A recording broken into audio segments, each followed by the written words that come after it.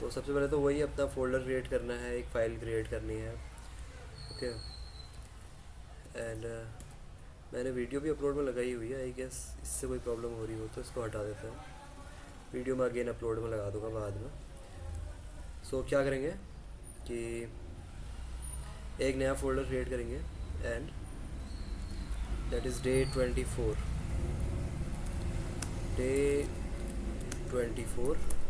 और इसको ओपन करेंगे कहाँ, VS कोड के अंदर, open with visual studio code. ये तो बहुत सिंपल स्टेप्स हैं, ये आप सभी को आते होंगे क्योंकि HTML CSS हमारा कंप्लीट हो चुका है, तो ये तो आपको आना ही चाहिए। सो index.html नाम की एक फ़ाइल बनाते हैं और इसके अंदर अपना जो बेसिक कोड रहता है वो लिख लेते हैं। एंड यहाँ पे लिख लेते हैं जैसे H1 के अंदर CSS ग्रिड्स, कि CSS के अंदर ग्रिड्स क्या होता है एंड किस तरीके से उन्हें क्रिएट करना है। ओके। अच्छा, इससे पहले किसी ने ग्रिड्स के बारे में सुना है? इन जनरल ग्रिड्स के बारे में, मैं ये नहीं कह रहा हूँ CSS ग्रिड्स, इन जनरल किसी ने ग्रिड्स के बारे में सुना है कि क्या होते हैं ग्रिड्स? क्या किसी ने सुना है ग्रिड्स के बारे में? एनीवन? अच्छा, तो क्या होता है? What is grid? क्या होता है ग्रिड, बताओ।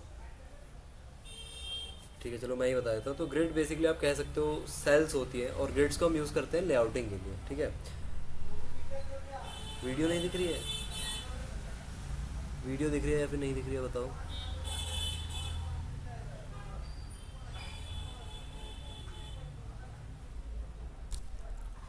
ओ, फिर से नहीं दिख रही है? दिख रही है या फिर नहीं दिख रही है? कुछ लोग कह रहे हैं नहीं दिख रही है। फ्लेक्स एंड ग्रिड में डिफरेंस हमने देखा था यूट्यूब पे। ओके, अब दिख रही है, ठीक है। मैं बताऊंगा आपको, डिफरेंस भी बताऊंगा। सो इस तरीके से हमने अपनी वेबसाइट यहाँ पर ऑन की है। तो फ्लेक्स तो आपने पढ़ा था, उसको भी हम लेआउटिंग के लिए यूज़ करते हैं। जो ग्रिड होता है उसको भी हम लेआउटिंग के लिए यूज़ करते हैं। अब इन दोनों में डिफरेंस क्या होता है वो भी आपको समझ में आ जाएगा। ठीक है, जेड इंडेक्स हमने कवर किया हुआ था ऑलरेडी। ठीक है, अगर फिर से होगा तो मैं आगे बताऊँगा आपको। ठीक है, तो फ्लेक्स एंड ग्रिड में क्या डिफरेंस होता है ये भी हम आगे देखेंगे, बट उससे पहले ग्रिड क्या होता है ये समझते हैं।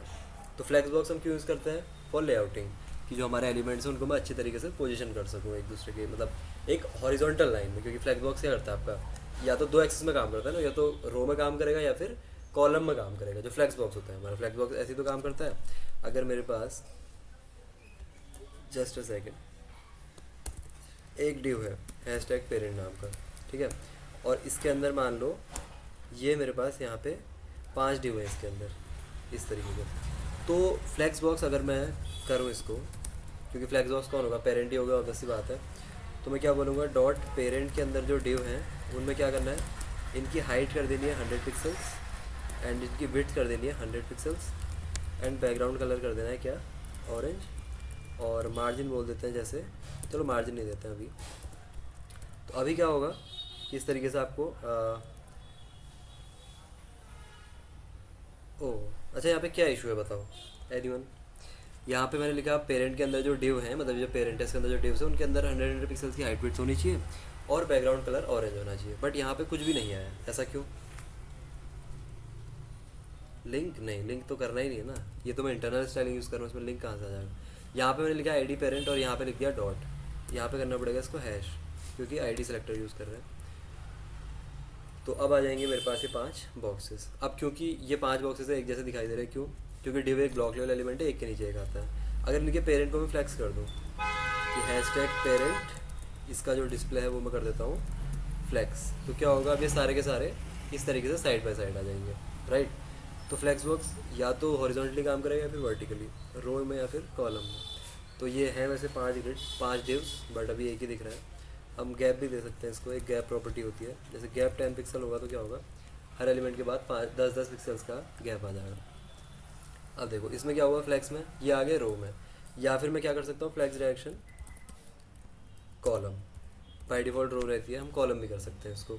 तो फ्लैक्स में हम क्या कर सकते हैं, सिर्फ 2 तरीके से लेआउट कर सकते हैं एलिमेंट्स को, या तो रो में या फिर कॉलम में। लेकिन ग्रिड क्या कर सकते हैं, ग्रिड लेआउट देखो, जैसे आपको ये पैटर्न दिख रहा है यहाँ पे, ये आप क्रिएट कर सकते हो यूजिंग फ्लैक्स बॉक्स बहुत आसानी से। मतलब वैसे क्रिएट तो आप इसको किससे कर सकते हो, फ्लैक्स बॉक्स की हेल्प से भी कर सकते हो इस काम को, बट ग्रिड्स की हेल्प से आप इस काम को बहुत आसानी से कर सकते हो। जो आपको यहाँ पे ये लेआउट दिखाई दे रहा है कि एक एलिमेंट यहाँ पे है, एक एलिमेंट यहाँ पे, एक एलिमेंट यहाँ पे। अब ये यूज़ क्यों करना है? क्योंकि कई वेबसाइट्स में होता है हमारा रिक्वायरमेंट कि ऊपर सबसे हेडर आए, फिर सबसे नीचे फुटर आए, यहाँ पे एक साइड बार होना चाहिए, ऊपर मेन कंटेंट, इस तरीके से।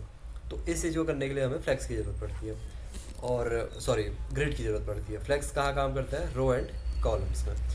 तो जो मेन डिफरेंस है वो सभी के समझ में आया फ्लेक्स एंड ग्रिड में। और दोनों ऑलमोस्ट सिमिलरली ही काम करते हैं, दोनों का पर्पस भी ऑलमोस्ट सेम है। तो जो मेन डिफरेंस है क्या सभी के समझ में आया फ्लेक्स एंड ग्रिड में? यस और no? 2D and 3D। 3D तो नहीं कर सकते ऑब्वियसली, ग्रिड 2D में ही काम करेगा, क्योंकि ये कैसे एलिमेंट्स आपके 2D में ही तो हैं। मेन डिफरेंस समझ आया फिर नहीं आया बताओ? कि जो फ्लेक्स है वो रोज एंड कॉलम्स में काम कर सकता है, या तो रो में या फिर कॉलम में। बट जो आपका ये है ये रोज एंड कॉलम्स में दोनों में एक साथ भी काम कर सकता है, एंड काफ़ी फ्लेक्सिबल है। ठीक है, तो ये चीज़ आपकी ग्रिड। अब ग्रिड में हम कैसे बना सकते हैं? जैसे ये हमारा लेआउट है, इसको क्रिएट करने की कोशिश करते हैं, बट उससे पहले आपको रोज एंड कॉलम्स पता होनी चाहिए। रोज एंड कॉलम्स तो सभी को पता होंगे, हमने जब टेबल्स बनाई थी तभी मैंने आपको समझाया था कि what is row and what is column. तो वही चीज़ है यहाँ पे भी, रोज एंड कॉलम्स के बारे में पता होना चाहिए। और जो ग्रिड रहता है आपका वो भी इसी तरीके से होता है, डिस्प्ले फ्लेक्स की जगह हम कर देते हैं डिस्प्ले ग्रिड, इतना सही रहता है बस आपका। तो जैसे मैंने यहाँ पे इसको तो ये कर ही रखा है, फ्लेक्स की जगह मैं मान लो इसको ग्रिड कर देता हूँ। क्या कर दिया? ग्रिड। और फ्लेक्स डायरेक्शन वगैरह हटा देते हैं, ठीक है। फ्लेक्स डायरेक्शन मैंने हटा दिया, तो क्या हुआ देखो, एक के नीचे आपको एक ये दिखाई दे रहा होगा जैसे नॉर्मली दिखाई देता है। और गैप आप यहाँ पे भी यूज़ कर सकते हो, जो हम गैप फ्लेक्स में यूज़ करते हैं वही गैप प्रॉपर्टी, ये गैप प्रॉपर्टी यहाँ भी यूज़ होती है। अगर मैं इसको हटा दूंगा तो सारे के सारे चिपक के आएंगे इस तरीके से, ठीक है। तो हमने गैप यूज़ किया यहाँ पे। अब मैंने आपसे कहा था कि जो ग्रिड है वो रोज एंड कॉलम्स में काम करता है, बट यहाँ पे तो आपको सिर्फ एक कॉलम दिखाई दे रहा होगा। अगर मान लो मुझे चाहिए 3 कॉलम्स, किन एलिमेंट्स में ऐसा चाहिए मुझे 3 कॉलम चाहिए, एक column, second column, third column, इस तरीके से। तो ये मैं कैसे कर सकता हूँ? उसके लिए आपको एक प्रॉपर्टी यूज़ करनी पड़ेगी जिसका नाम है ग्रिड टेम्पलेट कॉलम्स, कि कितने कॉलम्स आपको चाहिए। मान लो मुझे 3 कॉलम्स चाहिए, तो मैं ऐसा लिखूंगा कि 200 पिक्सल्स का एक कॉलम, 200 पिक्सल्स का दूसरा कॉलम, 200 पिक्सल्स का तीसरा कॉलम। तो कितने कॉलम चाहिए उतनी बार लिखना पड़ेगा, और कितना वाइड कॉलम चाहिए वो भी लिखना पड़ेगा। तो इससे क्या होगा, अब यहाँ पे आपको दिख रहे होंगे 3 कॉलम्स, ये आ गया फर्स्ट कॉलम, ये आ गया सेकंड कॉलम, ये आ गया थर्ड कॉलम। तो और अच्छा दिखाने के लिए मैं इसके अंदर नंबरिंग कर देता हूँ इन एलिमेंट्स के अंदर, ताकि और क्लैरिटी आपको मिल जाए। 1 2 3 4 एंड 5, तो 5 बॉक्सेस आपको यहाँ पे दिखाई दे रहे होंगे। तो ये कैसे डिवाइड हो जाएंगे अब? 3 कॉलम्स में। 3 कॉलम्स में कैसे डिवाइड हुए? क्योंकि मैंने यहाँ पे लिख दिया है कि आपको क्या करना है, ग्रिड टेम्पलेट कॉलम्स में 3 कॉलम यूज़ करने हैं, 200 पिक्सल्स, 200 पिक्सल्स एंड 200 पिक्सल्स के। अब वैसे रोज़ तो यहाँ पे ऑटोमेटिकली बन जाती है एलिमेंट्स के हिसाब से, बट अगर आपको रोज़ भी डिफाइन करनी है तो वो भी आप डिफाइन कर सकते हो। कैसे? ग्रिड टेम्पलेट रोज़। मान लो आपको 2 रोज़ चाहिए, 200 पिक्सल्स की फर्स्ट रो, 200 पिक्सल्स की सेकेंड रो, इस तरीके से, ठीक है। तो 200 पिक्सल्स की 2 रोज़ भी यहाँ पे क्रिएट हो जाएंगी, ये first row and second row. Column क्या होता है? वर्टिकल। तो ये कॉलम है, ये पहला कॉलम, ये सेकंड कॉलम, ये थर्ड कॉलम। रो क्या हुआ? ये फर्स्ट रो एंड ये सेकंड रो। तो किस तरीके से does gap only work with grid? No, it work with flex also. अभी तो हमने देखा था फ्लेक्स के साथ भी तो वर्क कर रहा था। तो कॉलम किस तरीके से क्रिएट करने हैं एंड रो किस तरीके से क्रिएट करनी है, ये सभी को समझ में आया? यस और नो?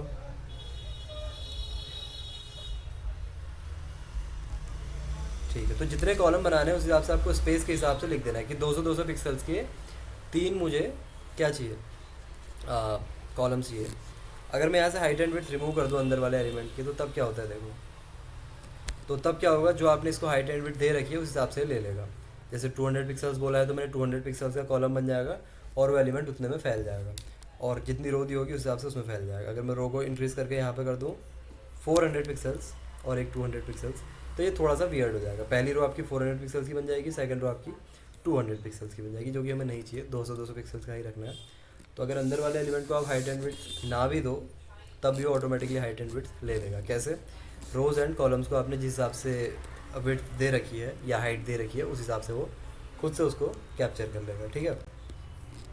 तो ये हो गया।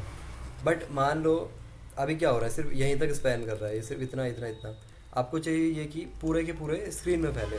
तो पूरे के पूरे स्क्रीन में फैलने के लिए आपको क्या करना पड़ेगा, आपको यूज़ करनी होगी फ्रैक्शनल यूनिट। फ्रैक्शनल यूनिट जैसे हमने पिक्सल्स यूज़ किया है उसी तरीके से एक फ्रैक्शनल यूनिट होती है।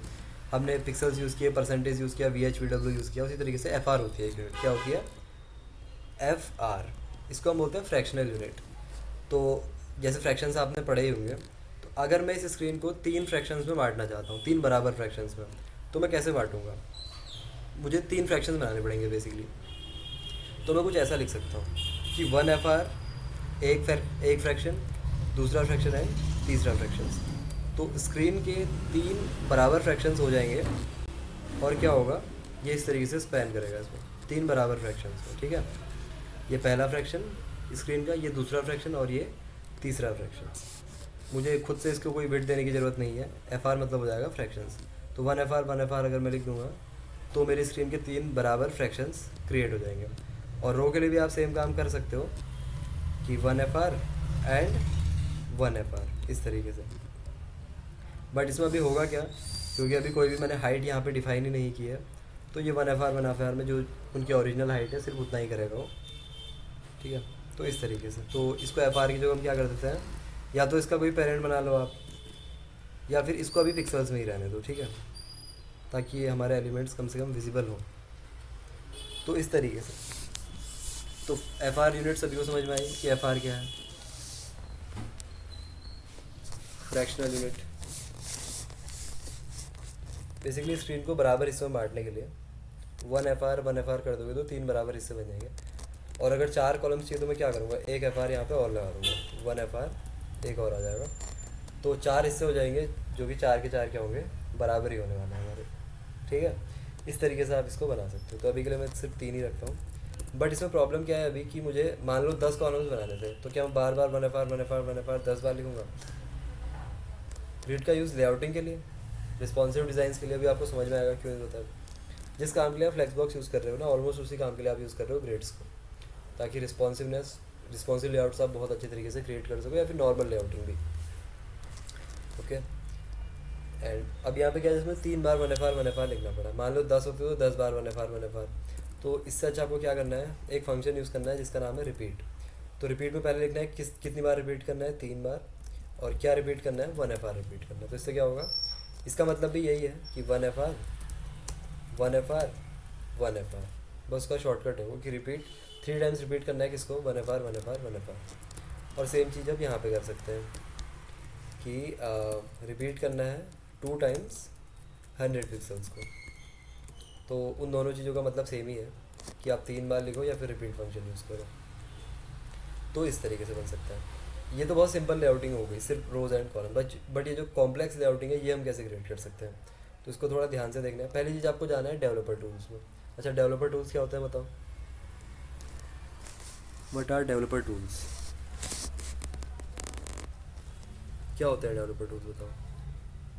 इंस्पेक्ट। ओके, इंस्पेक्ट के अंदर हम देख सकते हैं मल्टीपल डेवलपर टूल्स। जो हम राइट क्लिक करके इंस्पेक्ट में जाते हैं, इनको हम बोलते हैं डेवलपर टूल्स। जो आपको दिख रहा है एलिमेंट्स, कंसोल, नेटवर्क, एप्लीकेशन, ये सारे हैं डेवलपर टूल्स। तो आपको क्या करना है, जो भी आपका अब यहाँ पे आपको अपनी HTML तो दिखाई देती है, पता ही है आपको। तो जो भी आपका ड्यू ग्रिड है उसमें यहाँ पे आपको ऐसा ग्रिड लिख के दिख रहा होगा, दिख रहा है ग्रिड, इसके ऊपर क्लिक करना है आपको। तो जैसे आप क्लिक करोगे आपको पेज के अंदर ये नंबर्स दिखाई देंगे, 1 2 3 4 करके। जितनी रोज़ हैं उस हिसाब से ये हॉरिजॉन्टल नंबर्स, जितने कॉलम्स हैं उस हिसाब से ये वर्टिकल नंबर्स। ठीक है, जैसे 1 2 3 4 ये कॉलम्स के लिए हो गए, रोज़ के लिए क्या हो गया 1 2 3, इस तरीके से नंबर्स आपको दिखाई दे रहे होंगे। तो इस तरीके के लेआउट्स बनाने के लिए ये नंबर्स आपको पहले दिखने चाहिए और ये समझ में भी आनी चाहिए। ठीक है, तो ये नंबर्स, तो पहले तो मैं यहाँ पे एक एलिमेंट और क्रिएट कर लेता हूँ, 5 की जगह 6 एलिमेंट्स कर देते हैं। यहाँ पे क्या किया मैंने, 6 एलिमेंट्स क्रिएट कर दिए। तो अब ये छठा एलिमेंट भी यहाँ पे आ जाएगा।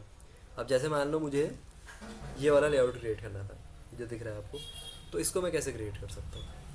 तो जो पहला एलिमेंट है हमारा, ये हेडर वाला, मान लो इसका नाम है हेडर।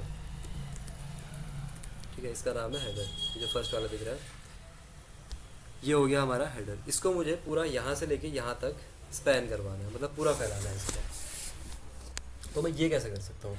अभी तो सिर्फ रोज एंड कॉलम क्रिएट हुए, तो ये मैं कैसे करूँगा? तो जो एलिमेंट आपको करना है स्पैन, जैसे हेडर वाला एलिमेंट है, ये पूरा यहाँ से यहाँ तक फैलाना है, तो पहले तो उसको कुछ क्लास दे दो या फिर उसको सेलेक्ट करो बेसिकली। तो अभी के लिए मैं इसको क्लास दे देता हूँ कि हेडर, इसकी क्लास हो गई हेडर। फिर यहाँ पे जाके हेडर को सेलेक्ट करो,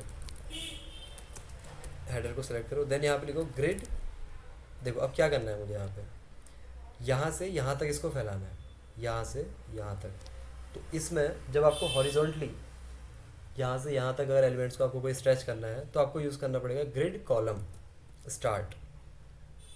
ग्रिड कॉलम स्टार्ट कब यूज़ करना है ग्रिड कॉलम स्टार्ट? जब एक एलिमेंट को हॉरिजॉन्टली स्ट्रेच करना है। जैसे हेडर को मुझे यहाँ से यहाँ लेके जाना है, इसी एलिमेंट को तो स्ट्रेच करना है ना, तो मुझे क्या यूज़ करना पड़ेगा ग्रिड कॉलम स्टार्ट। अगर एलिमेंट को इस तरीके से स्ट्रेच करना है जैसे साइड बार वाला दिख रहा है, तो इसमें आएगा ग्रिड रो स्टार्ट। ओके, ये चीज़ समझना है। मैंने लिखा ग्रिड कॉलम स्टार्ट की कहाँ से स्टार्ट करना है। देखो ये नंबर देखो, पहले वाला यहाँ पे 1 है और एंड कहाँ पे करना है मुझे 4 पे, जो आपको 4 दिख रहा है यहाँ पे, ठीक है। 1 2 3 4 मुझे 1 से लेके 4 तक इस एलिमेंट को स्ट्रेच करना है, खींचना है। तो अगली यहाँ पे मैं लिखूँगा 1 कि 1 से स्टार्ट करना है, और यहाँ पे लिखूँगा ग्रिड कॉलम एंड, कहाँ पे एंड करना है 4 पे एंड करना है। ये एलिमेंट आपको दिख रहा होगा 4। तो अब इससे क्या होगा, देखो अब बाहर आओ आप इसके, देखो यहाँ पे आया मेरा हेडर, ये कहाँ से कहाँ तक गया, यहाँ से यहाँ तक, 1 से लेके 4 तक। और ये 2 नीचे क्यों आ गए, क्योंकि ऑब्वियसली यहाँ पे 2 पहले कॉलम्स थे, तो वो 2 कॉलम्स कहाँ जाएंगे, अब नीचे शिफ्ट हो गए। तो नीचे शिफ्ट हो गए तो ये 2 जो हमारे कॉलम्स एक्स्ट्रा थे वो यहाँ पे आ गए। समझ आया कि यहाँ पे क्या हुआ या फिर नहीं आया? वो नंबर्स बेसिकली आपको समझ में आने चाहिए। और अगर हॉरिजॉन्टली स्ट्रेच करना है तो क्या करना पड़ेगा, grid column start and grid column and. अब मुझे इस एलिमेंट को यहाँ से यहाँ तक स्ट्रेच करना था, तो इसलिए अब ये तीसरी रो हमारी एक्स्ट्रा बन गई है यहाँ पे। इसमें इसमें साइज़ बहुत कम है। ऐसा क्यों है? क्योंकि हमने कितने कितने कॉलम्स का बोला था, यहाँ पे कितनी रोज़ का बोला था, सिर्फ 2 रोज़ का। अब कितनी रोज़ आ गई 1 2 3, तो थर्ड रो के लिए स्पेस ही नहीं है, तो मैं यहाँ पे लिख देता हूँ 3 रोज़, कि 3 रोज़ बनेंगी हमारी 100 पिक्सल्स की, तो इसको भी स्पेस मिल जाएगा। और इसका फॉन्ट साइज़ थोड़ा इंक्रीज़ कर लेते हैं, जैसे बोल देते हैं 2 रैम। 2 रैम कितना हो जाएगा 32 पिक्सल्स, अगर आपको याद हो रैम के बारे में। रैम क्या करता है, रूट एलिमेंट से उसका फॉन्ट साइज़ लेता है, जो भी उसका साइज़ था। बाय डिफ़ॉल्ट फॉन्ट साइज़ आपका 16 पिक्सल्स होता है। 2 रैम मतलब 16 × 2 32। तो ये बन गया हमारा हेडर। नेक्स्ट क्या है हमारा, जैसे ये फुटर है, फुटर में भी सेम काम करना है। तो ये जो एलिमेंट है, मान लो मेरा लास्ट वाला ये है मेरा फुटर, तो इसको कैसे स्ट्रेच करेंगे बताओ। ग्रिड वाली लाइन अगेन देख लो, तो इसको कैसे स्ट्रेच कराऊंगा बताओ। इस एलिमेंट को, ये फुटर वाला है, इसको यहाँ से लेके यहाँ तक पूरा स्ट्रेच करवाना है। कैसे होगा बताओ? तो ये वही सेम काम तो करना है, यहाँ से लेके यहाँ तक स्ट्रेच करवाना है इसको भी। कैसे होगा बताओ, एनीवन? इसको कैसे स्ट्रेच कर सकते हैं? अच्छा, ग्रिड कॉलम स्टार्ट यूज़ करेंगे या फिर ग्रिड रो स्टार्ट यूज़ करेंगे, ये बताओ चलो। इसको अगर ऐसे स्ट्रेच करना है हॉरिजॉन्टली, तो ग्रिड कॉलम स्टार्ट यूज़ होगा या फिर ग्रिड रो स्टार्ट यूज़ होगा? कॉलम स्टार्ट, एग्जैक्टली, क्योंकि हॉरिजॉन्टल में हम क्या यूज़ करते हैं, कॉलम। और नंबर अपना क्या रहेगा, नंबर तो वही सेम ही रहेगा, 1 से 4 तक ही स्ट्रेच करना है। अभी हमें 1 से लेके 4 तक ही स्ट्रेच करना है। तो अगर मैं यहाँ पे ऐसा भी लिख दूँ तब भी हमारा काम बन जाएगा। इसकी क्लास जैसे मैंने फुटर कर दी। अब दोनों में सेम ही स्टाइलिंग मुझे यूज़ करनी है, तो डॉट फुटर लिख देता हूँ मैं यहाँ पे। कॉमा लगा के, आपको पता ही है मल्टीपल एलिमेंट्स को आप सेलेक्ट कर सकते हो। तो दोनों में सेम चीज़ यूज़ हो रही थी, तो मैंने क्या कर दिया, इसमें लिख दिया ग्रिड कॉलम स्टार्ट 1 से 4 तक, तो इसमें भी सेम काम हो जाएगा। अब इसको स्पेस क्यों नहीं मिला बताओ? इन तीनों को तो स्पेस मिला हुआ है, प्रॉपर एकदम बराबर लग रहा है, ये थोड़ा सा ऑड लग रहा है। ऐसा क्यों, ऐसा क्यों हो रहा है बताओ? कि 3 रोज तो परफेक्टली आ रही है, चौथी रो में प्रॉब्लम होती है। क्या प्रॉब्लम है बताओ? 3 रोज है एग्जैक्टली, यहाँ पे मैंने कहा है 3 रोज होनी चाहिए, बट अब कितनी रोज हो गई, 4 रोज हो गई। 1 2 3 4 हो गई। 4 रोज क्यों हो गई? क्योंकि इसको यहाँ से यहाँ तक पूरा स्ट्रेच करवाना था, तो ये यहाँ से निकल के नीचे आ गया, वहाँ ऊपर इतना स्पेस ही नहीं था, तो 4 रोज बन गई अब। ठीक है, तो यहाँ तक सभी को समझ आया? कोई डाउट किसी का?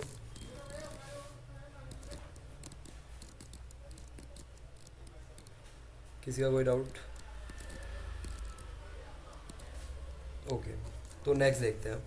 अब जैसे हमारा ये है कंटेंट वन, इसको देखते हैं ये कहाँ से कहाँ तक स्ट्रेच हमें करवाना पड़ेगा। ये वाला जो एलिमेंट है हमारा, तो ये होगा हमारा आई गेस थर्ड वाला एलिमेंट, क्योंकि जो सेकंड वाला है उसको तो ऐसे स्ट्रेच करवाना है ऊपर से नीचे। ये थर्ड वाला, इसको यहाँ से यहाँ तक स्ट्रेच करना है। तो वही अपना यहाँ पे जाएंगे कहाँ से कहाँ तक स्ट्रेच कराएंगे बताओ आप? ग्रिड कॉलम स्टार्ट तो यूज़ करेंगे, इतना तो पता है, बट स्टार्ट और एंड की वैल्यू क्या होगी? जैसे वहाँ पे तो 1 और 4 थी, यहाँ पे क्या होगी? इस 3 वाले एलिमेंट को यहाँ से लेके यहाँ तक इन दोनों में स्ट्रेच करवाना है। क्या होगी grid column start and grid column and की वैल्यू?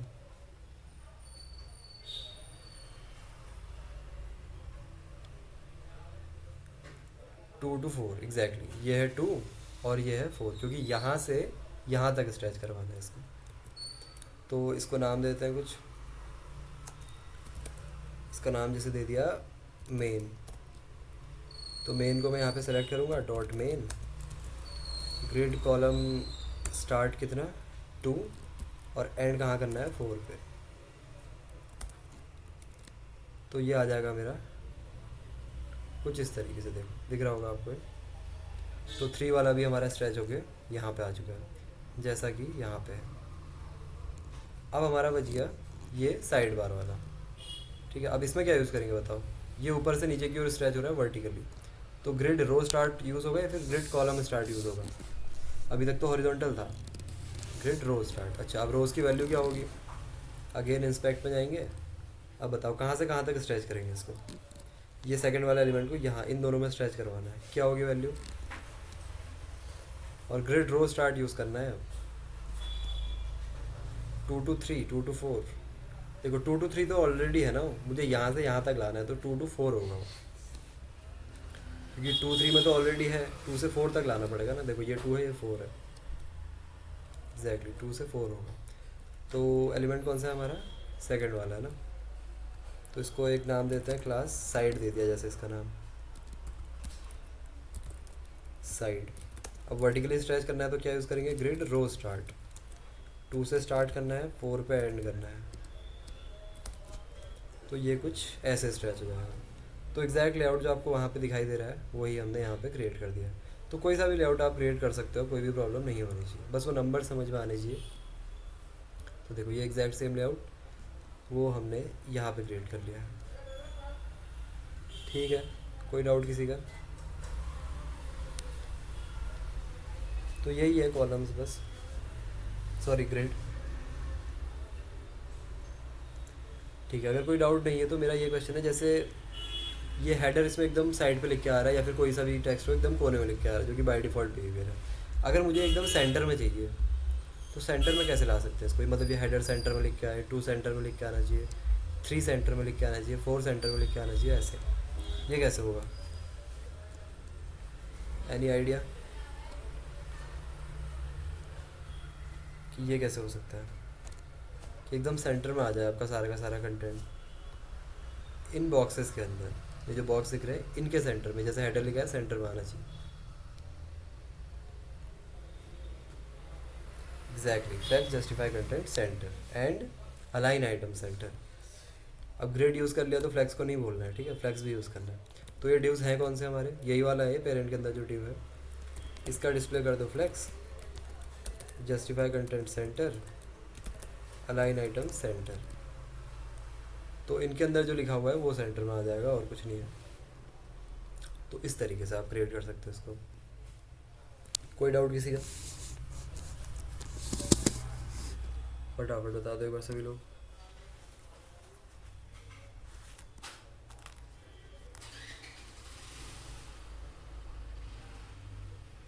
नो डाउट्स, ठीक है। तो जैसे मैंने कहा था इसको हम यूज़ करेंगे रिस्पॉन्सिव डिज़ाइंस के लिए। तो क्या ये रिस्पॉन्सिव में काम कर रहा है अभी देखते हैं, चलो।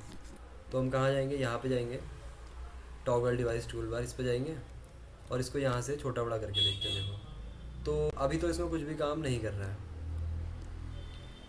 देखो जैसा है हमारा मोबाइल में भी वैसा ही दिख रहा है और ऐसे भी ऐसे ही दिख रहा है। मान लो मुझे मोबाइल में कैसा चाहिए, ये सिर्फ एक कॉलम बन जाए, मतलब सारे के सारे एलिमेंट एक के नीचे एक आने चाहिए मोबाइल के अंदर। तो क्या यूज़ करूँगा बताओ? अभी तो मोबाइल में भी ऐसे ही है, बड़ी स्क्रीन में भी ऐसा ही है। तो क्या यूज़ करेंगे बताओ? कि मोबाइल के अंदर एक के नीचे एक कॉलम आना चाहिए। कल हमने एक कॉन्सेप्ट पढ़ा था इसके लिए, मीडिया क्वेरीज। एग्जैक्टली हम यूज़ करेंगे मीडिया क्वेरीज का। तो मीडिया क्वेरीज हम कैसे यूज़ करेंगे, कुछ ऐसे, @मीडिया, देन हम यूज़ करेंगे minimum width and maximum width. क्या यूज़ करें बताओ, मिनिमम विड्थ यूज़ करें या फिर मैक्सिमम विड्थ? मिनिमम विड्थ क्या होता है कि जितनी मैं यहाँ पे विड्थ लिखूँगा उतने से, 0 से उस विड्थ तक। जैसे मैं यहाँ पे लिखता हूँ मिनिमम विड्थ कितनी, 768 पिक्सल्स। ये एक ब्रेक पॉइंट होता है मोबाइल्स के लिए। जनरली आप कह सकते हो कि 768 पिक्सल्स के बाद बड़ी स्क्रीन से स्टार्ट हो जाती है, और 768 पिक्सल्स तक क्या रहता है, आपका मोबाइल रहता है। ठीक है, तो मैंने कहा 0 से 768 पिक्सल्स तक क्या होना चाहिए, इसी को ले आओ यहाँ पे, पेरेंट वाले को। हम यहाँ पे क्या बोलेंगे कि ये जो पेरेंट है, कि पेरेंट के अंदर ही चेंज करना है हमें। ग्रिड तो ग्रिड ही रहेगा। Grid template, just a second, grid template columns मुझे चेंज करने पड़ेंगे। जैसे यहाँ पे 3 कॉलम्स है, तो मैं यहाँ पे बोल दूँगा कि सिर्फ एक ही कॉलम होना चाहिए, इस तरीके से। तो आप देखते हैं,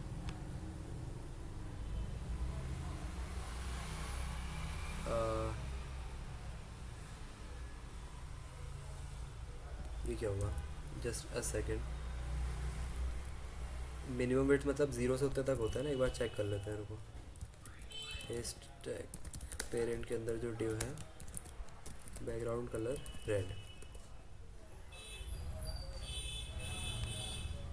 ओह, तो मैंने उल्टा कर दिया, मिनिमम विड्थ की जगह मैक्स विड्थ होना चाहिए आई गेस। हाँ, मैक्स विड्थ होगा।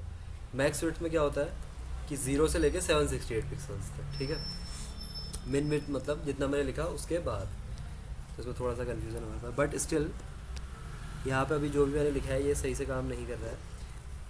मैंने लिखा parent is grid, grid template columns repeat, सिर्फ एक कॉलम होना चाहिए।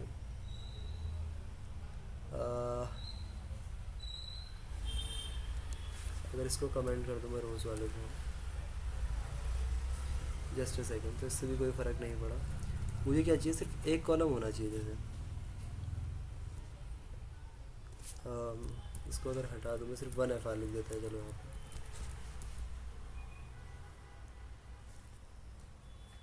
प्रॉब्लम तो सभी को समझ में आई होगी ना कि सिर्फ एक कॉलम चाहिए मेरे को इसमें। एक कॉलम हम कैसे लेके आएंगे, display grid, grid column, grid template columns 1FR।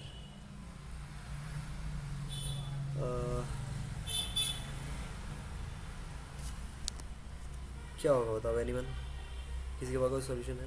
कि यहाँ तक तो ऐसे ही रहना चाहिए, इसके बाद सिर्फ एक कॉलम आना चाहिए कि एक के नीचे एक, सारे के सारे एलिमेंट्स।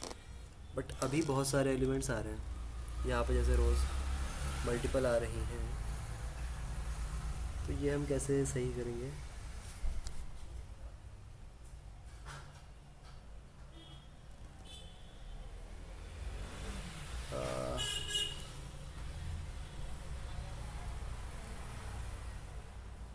अगर मैं इसको मिनिमम विड्थ कर दूँ, जैसे इसको मैंने किया मिनिमम विड्थ, और जो पेरेंट के अंदर की स्टाइल है ये पूरी की पूरी मैंने यहाँ कॉपी कर दी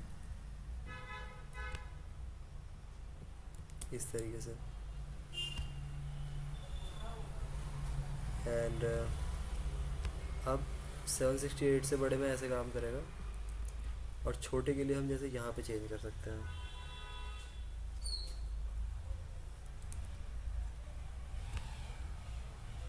ठीक है, तो इसको हम कह सकते हैं मोबाइल फर्स्ट हम क्रिएट कर रहे हैं। तो ग्रिड टेम्पलेट कॉलम्स, स्टिल वही प्रॉब्लम रहेगी हमारी। ठीक,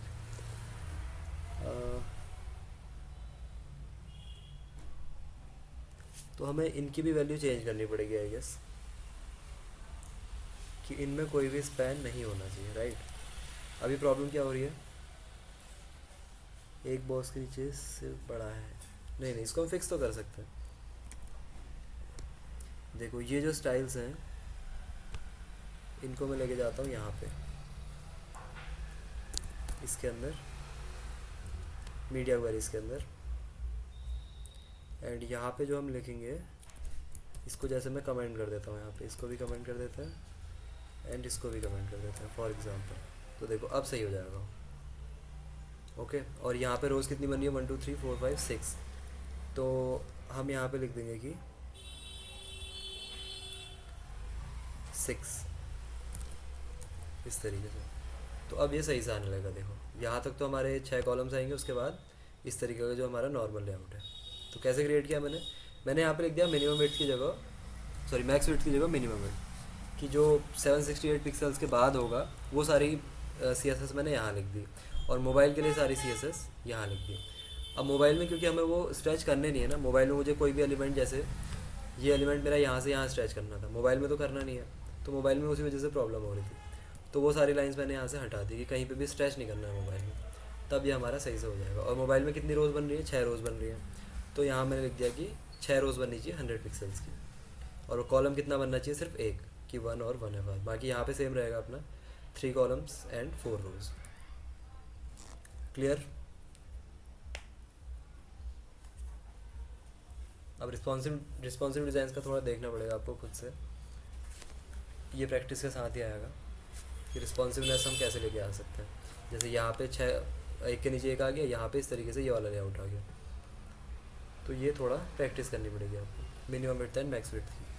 अगर मैं मिनिमम विड्थ यूज़ कर रहा हूँ तो इसका मतलब हो गया मोबाइल फर्स्ट, कि जो नॉर्मल CSS लिख रहा हूँ मैं, ये मोबाइल के लिए रहेगी, जो मीडिया के अंदर आएगी वो किसके लिए रहेगी, ये डेस्कटॉप के अंदर। अगर वहीं पे मैं यहाँ पे मैक्स विड्थ लिख देता हूँ, तो मैक्स विड्थ मतलब इस मीडिया के अंदर मैं लिखूँगा मोबाइल के लिए। तो जनरली हम मोबाइल फर्स्ट बनाते हैं, जनरली हम क्या करते हैं, मोबाइल फर्स्ट जो भी हमारी वेबसाइट्स बनती है।